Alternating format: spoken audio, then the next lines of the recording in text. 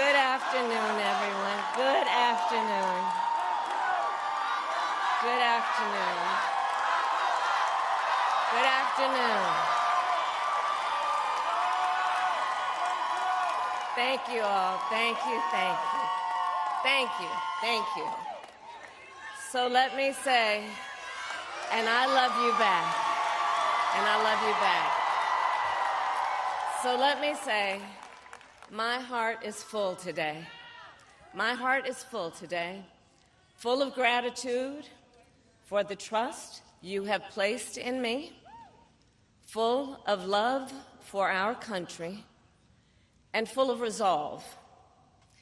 The outcome of this election is not what we wanted, not what we fought for, not what we voted for, but hear me when I say, the light of America's promise will always burn bright. As long as we never give up and as long as we keep fighting.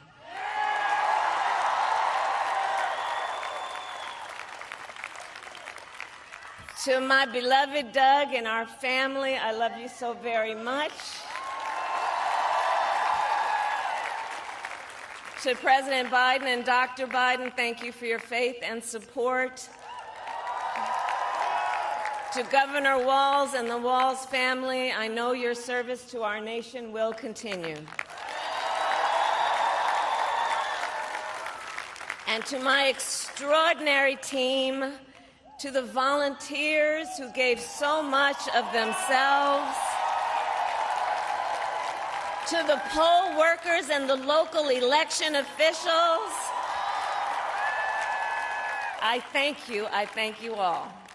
Look, I am so proud of the race we ran and the way we ran it. Over the 107 days of this campaign, we have been intentional about building community and building coalitions, bringing people together from every walk of life and background, united by love of country with enthusiasm and joy in our fight for America's future.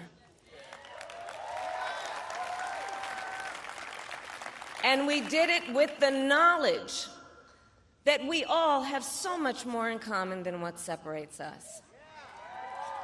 Now, I know folks are feeling and experiencing a range of emotions right now. I get it. But we must accept the results of this election. Earlier today, I spoke with President-elect Trump and congratulated him on his victory. I also told him that we will help him and his team with their transition, and that we will engage in a peaceful transfer of power.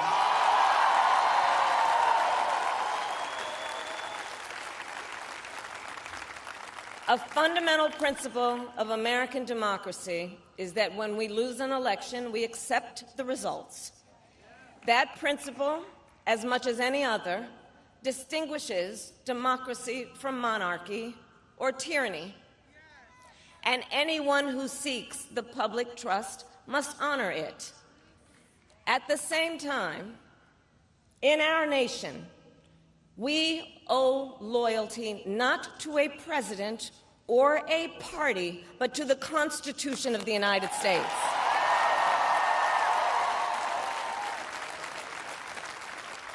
And loyalty to our conscience and to our God.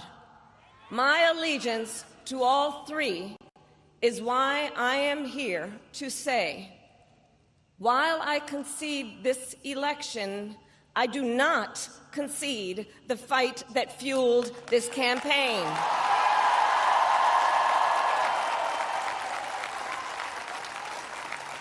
The fight for freedom, for opportunity, for fairness, and the dignity of all people.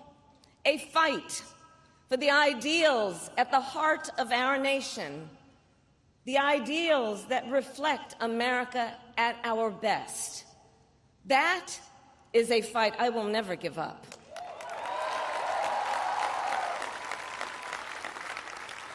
I will never give up the fight for a future where Americans can pursue their dreams, ambitions, and aspirations, where the women of America have the freedom to make decisions about their own body and not have their government telling them what to do.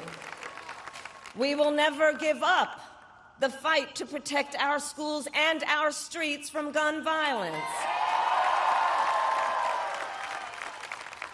And America, we will never give up the fight for our democracy, for the rule of law, for equal justice, and for the sacred idea that every one of us, no matter who we are or where we start out, has certain fundamental rights and freedoms that must be respected and upheld.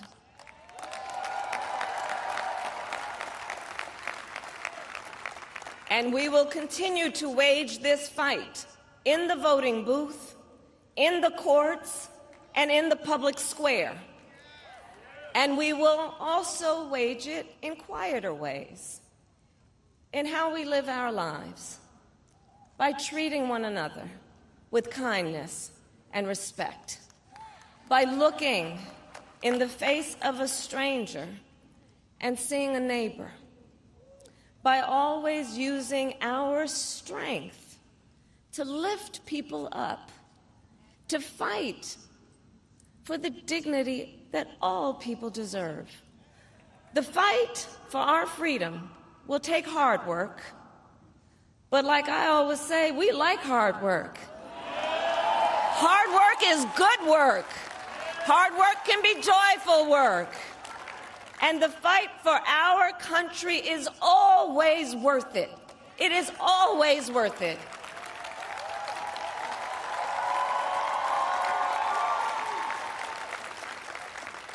To the young people who are watching, it is... I love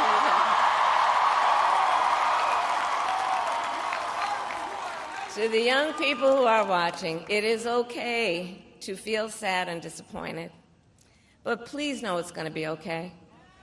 On the campaign, I would often say, when we fight, we win. But here's the thing.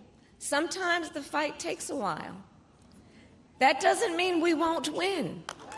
That doesn't mean we won't win. The important thing is don't ever give up. Don't ever give up. Don't ever stop trying to make the world a better place. You have power. You have power. And don't you ever listen when anyone tells you something is impossible because it has never been done before.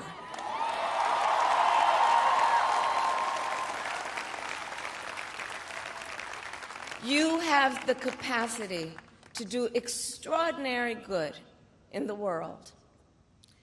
And so to everyone who is watching, do not despair.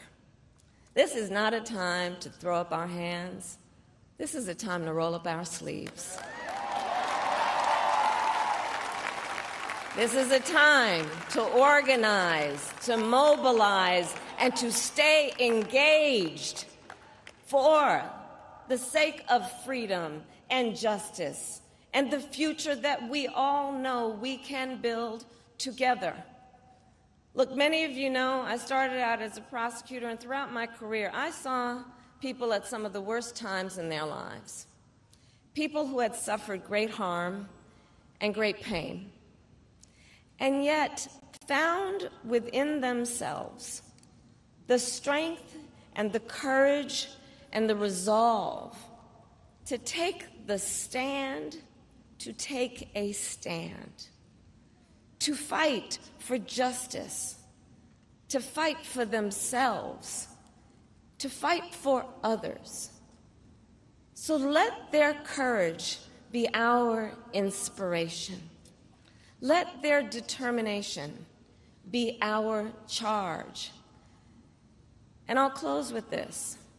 There's an adage an historian once called a law of history, true of every society across the ages. The adage is, only when it is dark enough can you see the stars. I know many people feel like we are entering a dark time, but for the benefit of us all, I hope that is not the case.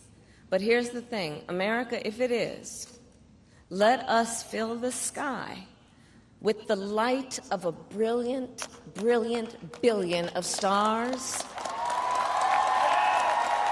The light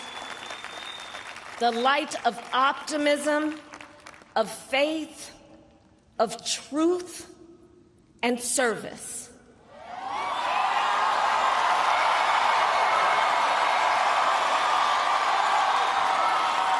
HU.